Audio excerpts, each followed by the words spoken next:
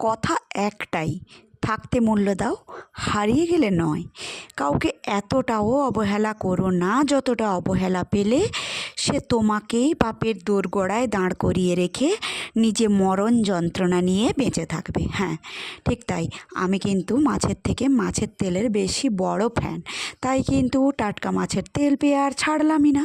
সঙ্গে সঙ্গে মাছের তেলটাকে দিয়ে মিক্সড ভেজ দিয়ে একটা বানিয়ে ফেললাম মাছের তেল দিয়ে নানা ধরনের সবজি।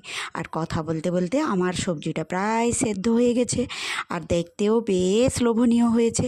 তো চলো, হয়ে যাওয়ার পরে বেশ খানিকটা কাঁচা পেঁয়াজ কুচি আর একটু ভাজা বড়ি দিয়ে দিলাম।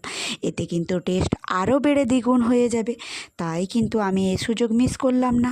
আর এটা খেতে যারা যারা ভালোবাসো অবশ্যই একটু কমেন্ট বক্সে জানিয়ে যেও। আর এটা যদি আজকে আমি ফ্রিজে রেখে কালকে বাসি করে খাই তাহলে কিন্তু সময় মতো মূল্য পাবে না। তো চলো, টাটা।